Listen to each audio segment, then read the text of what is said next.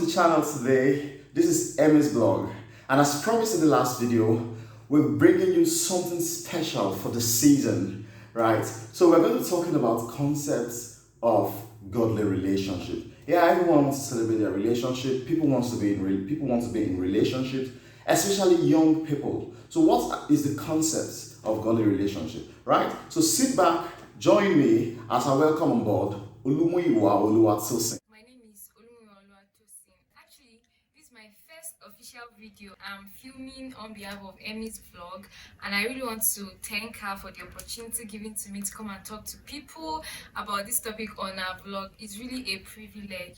Being my first vlog, I'll actually be using my book to talk, and I'll appreciate if everyone understands. Today we're going to be talking about the concept of a godly relationship.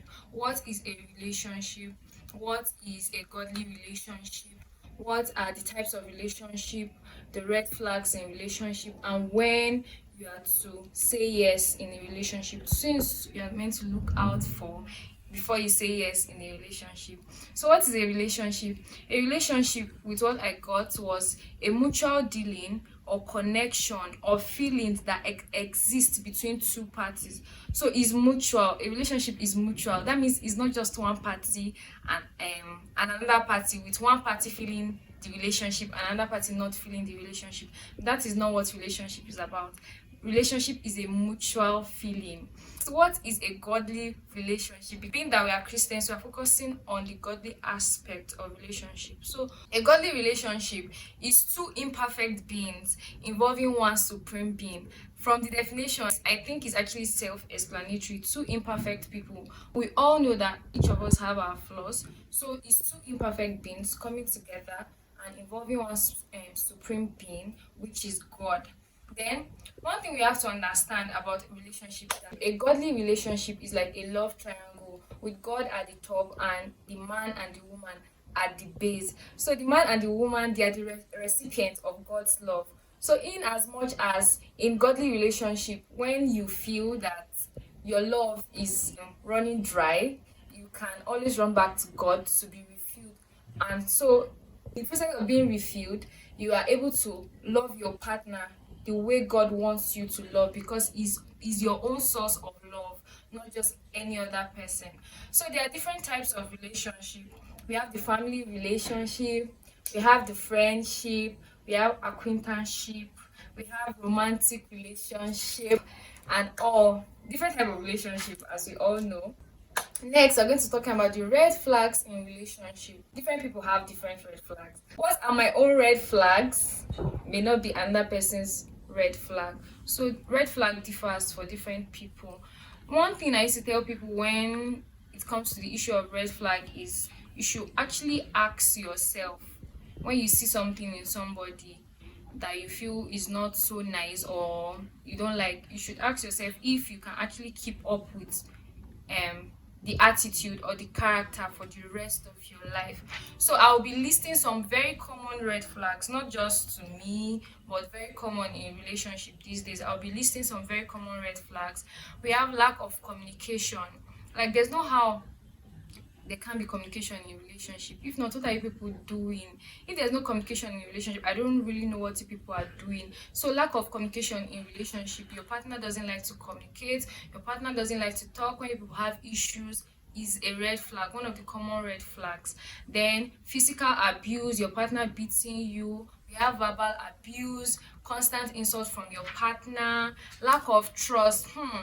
This one, very important. I don't know how you'll be dating someone that don't believe you. You keep explaining yourself, explain to your partner why they should trust you. Like, guy, just trust me. And person, why will I trust you? Like, I don't see a reason why I should be with somebody that does not have trust in you.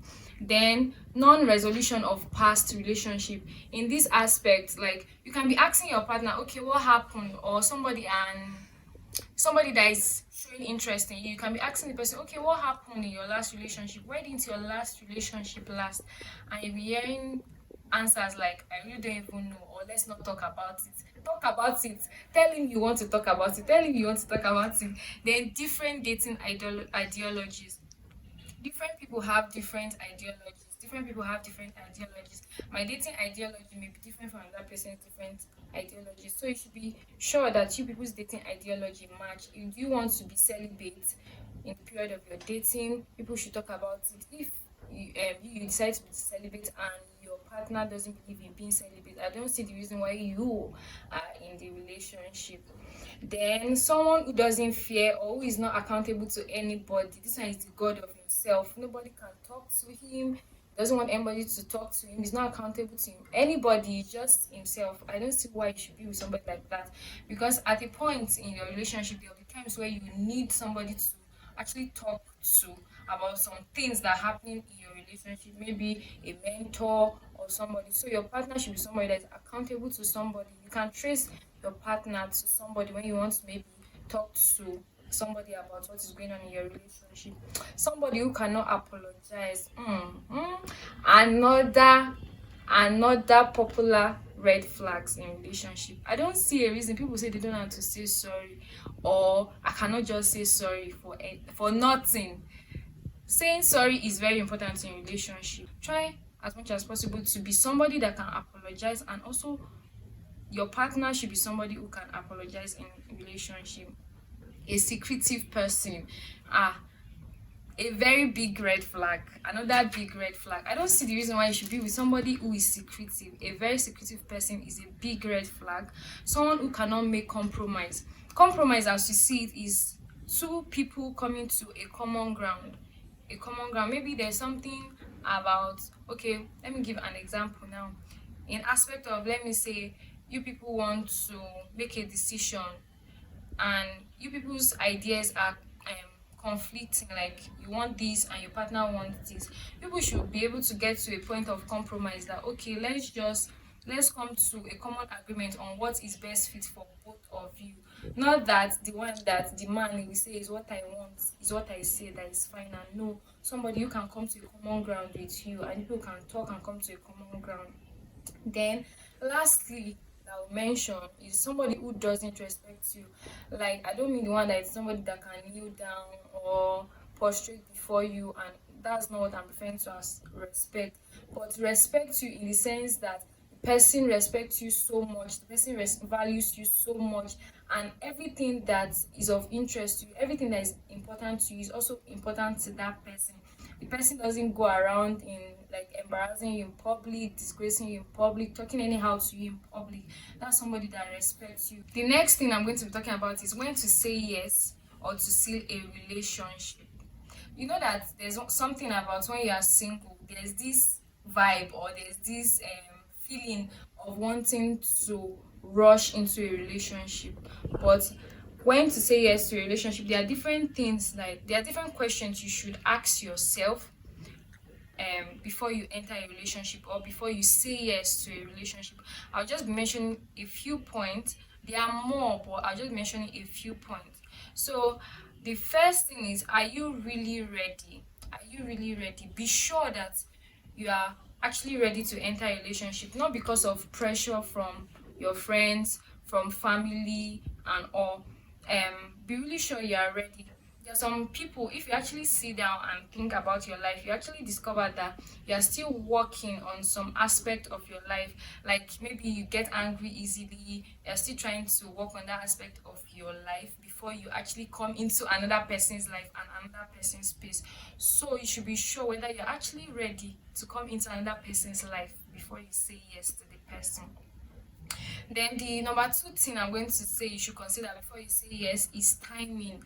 The timing. I don't know how to put it, but there's just sometimes you just feel it that this time is not just the right time for you to be in a relationship. Like you just know that relationship is not for me now.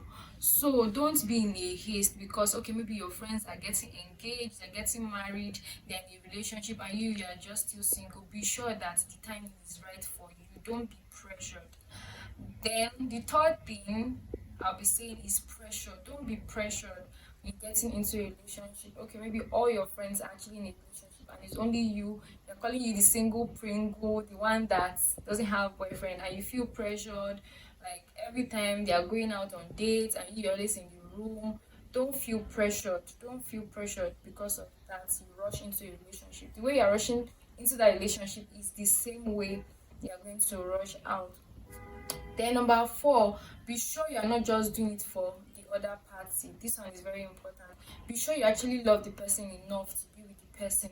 Don't do the pity party game. Don't do the pity party game. Maybe like you're just feeling pity for the person because the person has been on your neck for 1 year, for 2 years. No, just be sure that you're getting into that relationship because you actually truly love the person, not because you are pitying the person. So that's the last thing I'm going to be saying. But before we go, it's the season of Valentine. The season of Valentine. So Valentine being the season of love.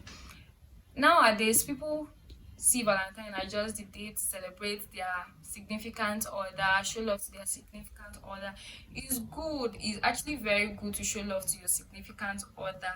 But Valentine is a time of love. You should not just show love to your significant other, you can show love to your families, you can show love to your friends, your close friends. You can buy gift for your family members, you can buy gift for your close friends. It's not only boyfriend and girlfriend that are meant to celebrate Valentine. Valentine is a season of love, so let's enjoy love. Anyways, you can buy Valentine gift for me too. I'm open to receiving gifts. So thank you very much for being with us, for listening. I hope you're able to learn a thing or two.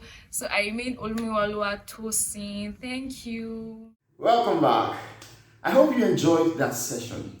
I hope you now understand what it means to be in a relationship. I hope you now understand what the whole relationship thing is all about and should be all about. For me, I picked out the point where she said, if you're not communicating in a relationship, then what are you doing? Yeah.